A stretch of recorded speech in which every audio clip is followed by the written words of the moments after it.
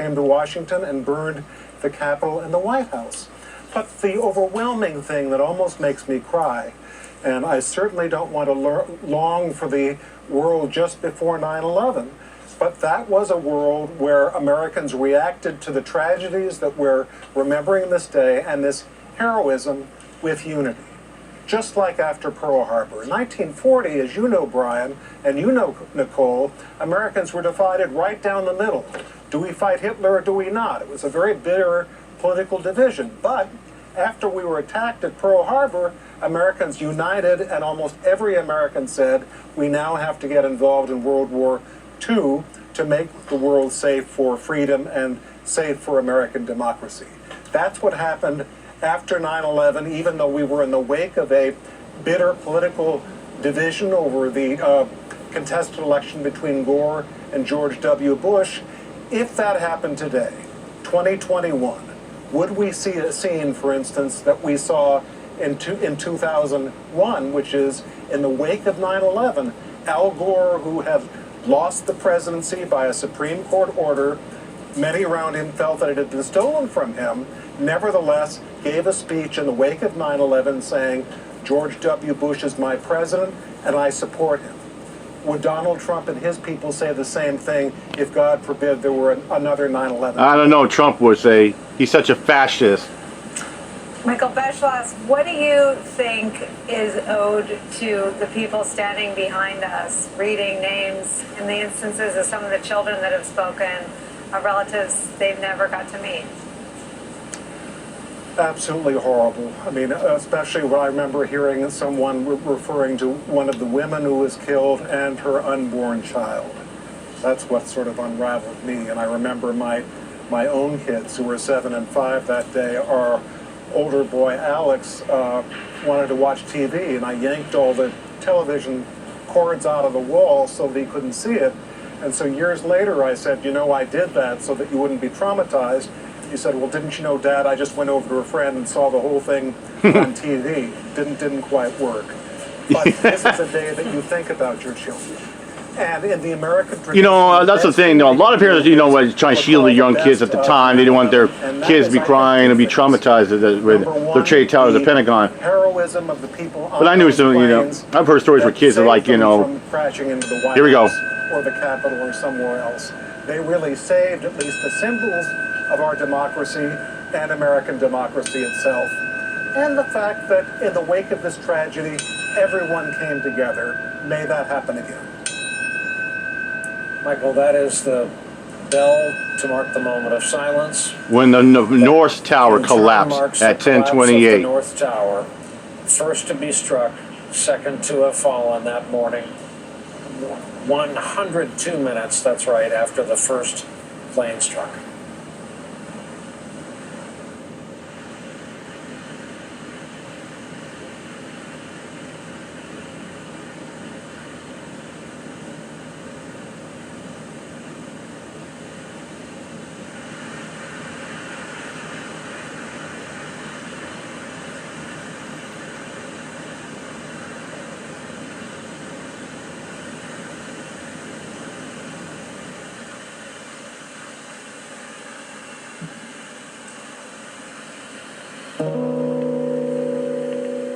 I never saw myself before you looked at me, before you kissed my lips, before you smiled at me, and I knew that day I would never be alone. And it's the only way. Life never got me low. Tears never broke me down. Inside I always know I'd be by your side, so I'd never be alone. But all that is different right now, and everything is solid but the ground. You'll never be alone.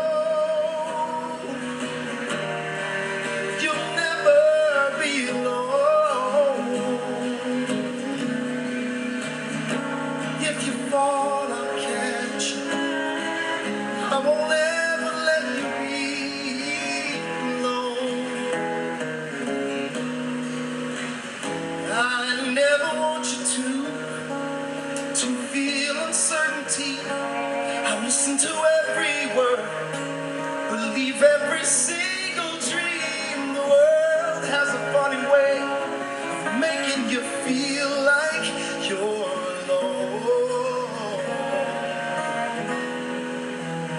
And when trials and troubles come, loved one, you know that your welfare is my concern.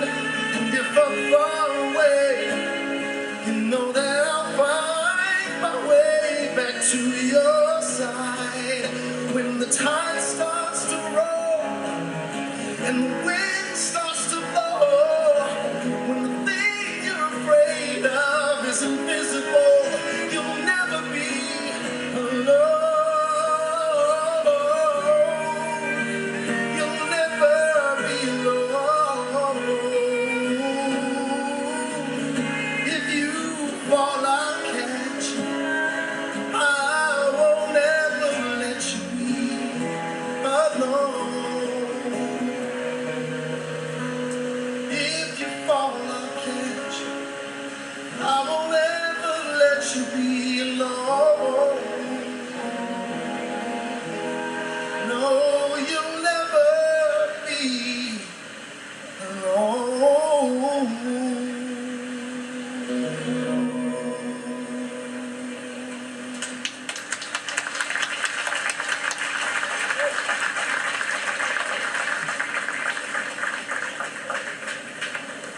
Thank you. That was From Ground Zero in New York over to Shanksville, Pennsylvania, we go. We're going to hear from the head of the Organization of Families of Flight 93 prior to hearing from Vice President Kamala Harris.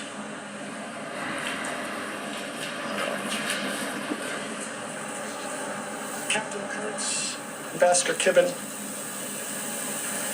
Steve, Superintendent Clark, distinguished guests, families, friends, ambassadors, and all that join us today, near or far, I welcome you to the 20th Remembrance Ceremony of September 11th, 2001, here at the Flight 93 National Memorial.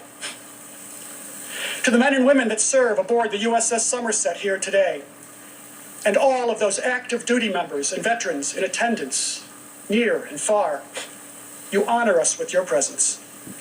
And we must never forget that there are thousands of your brethren gravely injured, or that have lost their lives while serving, or as a result of their service during these past 20 years. Their loss reminds us that September 11th was not a singular event, but a date that marked a cultural paradigm shift in our country and for freedom-loving people across the globe. To the families of Flight 93 here and at home, honoring a loved one, my heart goes out to you. Having lost a brother on September 11th, I too live with a grief that is deep, consuming, and always present. For those that lost loved ones in the terrorist attacks in our country 20 years ago today, you know that we can never move on, but that we must continue to move forward. On September 11th, 2001, we lost a total of 2,977 innocent souls. And that morning, more than 6,000 people were injured in the attack on our country.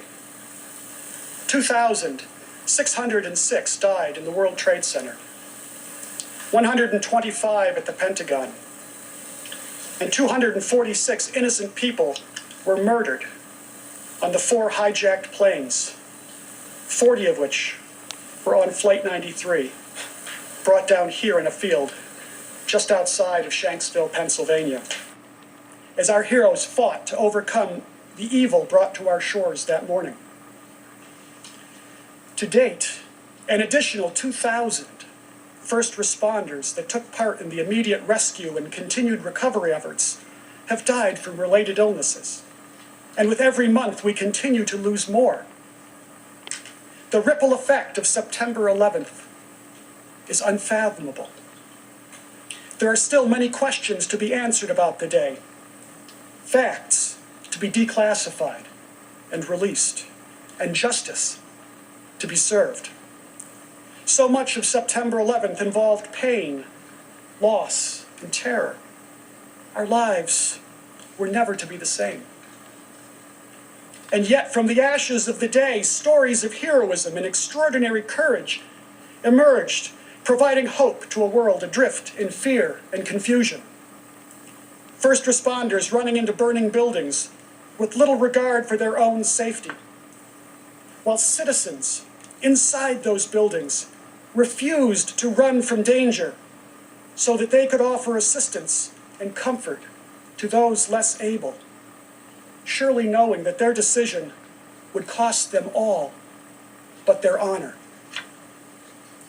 And here in the skies over southwestern Pennsylvania, a group of 40 individuals, mostly strangers, when becoming aware of what was taking place on the ground that morning, found the courage to band together at a moment's notice, without regard for political, religious, professional, or cultural differences.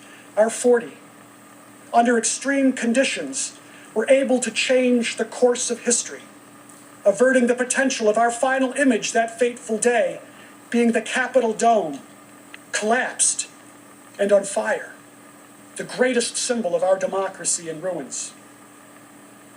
As the personification of that symbol, our heroes embraced the tenets of democracy that no expression of terrorism will ever extinguish. E pluribus unum. Out of many, one. Our heroes united. They formulated a plan when confronted by a great evil. They prayed. They voted on a course of action, and then they struck. Though in the process they lost their lives, there is no question that they won the first battle in this current war on terrorism. 35 minutes, 9:28 to 10:03 a.m. From the initial terrorist attack on Flight 93 until the moment the plane came down on our sacred ground. A lifetime. A moment. Forever. Yesterday.